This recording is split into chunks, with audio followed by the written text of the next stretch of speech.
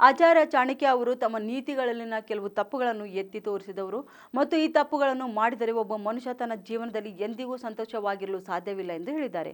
ಹಾಗಾದರೆ ಈ ತಪ್ಪುಗಳು ಅವನನ್ನು ಜೀವನದುದ್ದಕ್ಕೂ ಕಾಡಬಹುದು.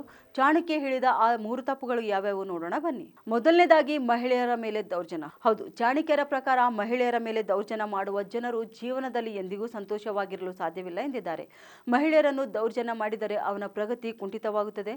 ಮಹಿಳೆಯನ್ನು ಗೌರವಿಸಿದ ಮನೆಗಳಲ್ಲಿ ಎಂದಿಗೂ ಪ್ರಗತಿ ಸಾಧ್ಯವಿಲ್ಲ ಎಂದು ಚಾಣಕ್ಯ ಹೇಳಿದ್ದಾರೆ. ಇನ್ನು ಎರಡನೇದಾಗಿ ನೋಡಬೇಕಾದ್ರೆ ಹಿರಿಯರು ಮತ್ತು ಮಕ್ಕಳನ್ನು ಅವಮಾನಿಸುವುದು.